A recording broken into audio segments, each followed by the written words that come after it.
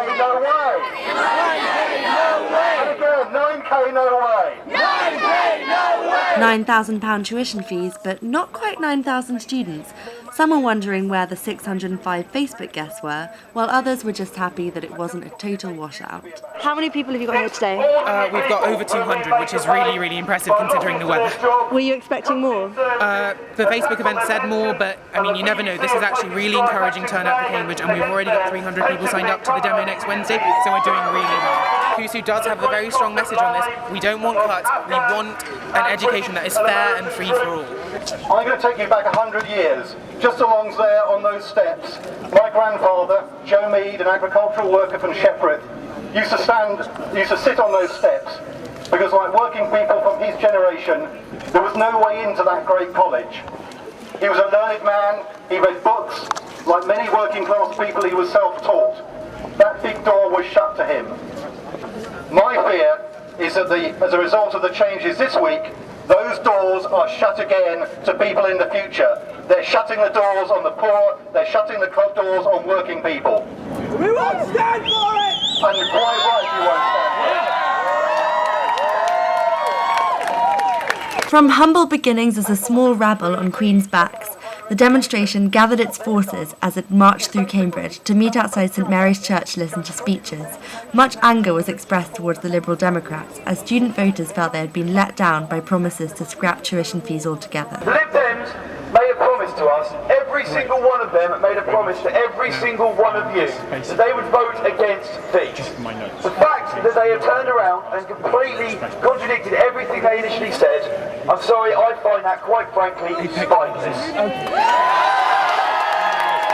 I listened, as I said in my speech, to Julian up at the Cambridge MP at 35 different hustings events through this campaign in April, and every single one he promised the Liberal Democrats would scrap tuition fees. Now, that's just an outrageous betrayal. What's Labour's solution? Labour's solution is a graduate tax, which I'm really pleased about, because my view throughout, and I've been consistent on this, was that I did support the contribution from students originally, a moderate contribution, and it had to be a balance, because at that time we needed more funding into universities. The extraordinary thing about this is they're taking money out of the universities and then grabbing it back from the students to pay for it. Completely different situation. Now I think a graduate tax, it's got some issues around it about how you get the money in quickly enough, but that's true of this as well, because the first thing the government's going to have to go and do is borrow £9,000 to lend to a student. Can we do more? What else can students do apart from coming out today? Well, keep doing it, and they must go back outside constituencies like this to their homes. And a lot of people will come from conservative areas, and they should start nagging their conservative MPs, because it's when the conservative MPs start getting worried that this will begin to shift. If you don't live in Cambridge, if your constituency is further away than here, don't just bring the campaign here, take it home, take it to your towns, lobby your MPs, pester your MPs, and get every single person you know to get involved. Already today, this is not the end, this is just the beginning.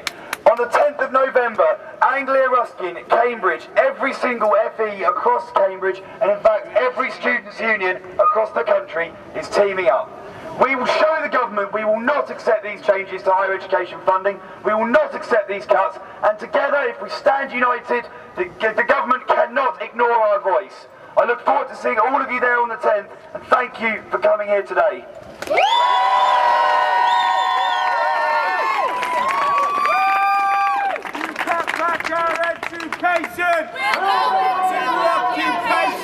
The position that we're in at the moment, and it's not just student unions but it's trade unions as well, is educating the public as to what the possibilities are if this government has their way, and they need to grasp the nettle very quickly, because when we get into next year and some of the cuts start to take place, it may be too late. So we need to be changing opinion quickly, because there's over 50% of the British people think that the Condems are right in making these cuts. When they start to cut finances within Cambridge University, then it's likely that the members that I represent, who are all low-paid people, are likely to be the first ones to lose their jobs. So I'm very concerned, and I should be working as closely as I can with the student union here at Cambridge to ensure that that message is got across. And so, disappointingly for some, and not just the media, the protest went ahead peacefully and without incident.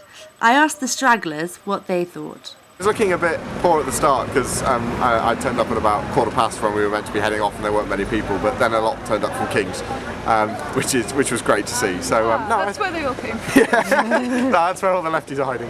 Can you tell me your name? The whole point of this morph suit is not about me, it's about the message. What college are you from? Are you serious? It's King's. I think it's quite good. What I really liked about this protest is, I mean, there were socialists, there were Tories, and most of the Tories didn't actually reveal who they are, but I know them personally. There were Labour people, there were communists. But the whole thing that brings us together is that it's actually about access to higher education. And that was the message. One of the things that I don't like about these protests is that there's always a vocal minority who will stand up and say, burn the Tories. I don't like that. That shouldn't be the message. The message should be about access to higher education. So I think, there are a couple of people who come just because they like being radical and they like, it's a champion socialist sort of thing. But there are a lot more students who don't come to these things because they don't like being associated with them. That's why I'm wearing this morph suit, because I don't agree with everything that everyone was saying there. There have been some complaints about the radical slogans being shouted. Like, some people don't really agree with that kind of, like, let's burn the Tories. What do you think about that? I think it's bonfire night, so let's go for it. We need a bit more militancy. We need a bit more than just, write to the MPs and things like that. Whether we're at the stage of burning stuff down yet, I'm not quite sure. But militancy is not a bad thing on protests like this. I was quite surprised that there was so much apathy, or people who were like, yeah, I care about it, but I've got to work, or yeah, I need to pass my degree, and it's like, yeah, well, people aren't even going to be going to university if these cuts go through. I think not only students, but staff, my members, everybody that's involved in higher education who believe that this is wrong to make these sort of charges against the students need to be out on the street and getting their voice heard. Don't sit in the warm, let's get out, get wet, and get friendly together and get the message across. We had this one guy in the marketplace who was standing in the middle of the protest as it marched around him, saying, it's so sad. It's so sad. It's just so sad. And as I walked past him, I said, it's hard to tell whether you're agreeing with us or not, mate.